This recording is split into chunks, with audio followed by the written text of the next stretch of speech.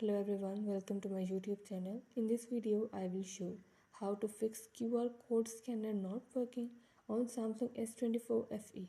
Before starting this video, please press the bell icon or do subscribe this channel.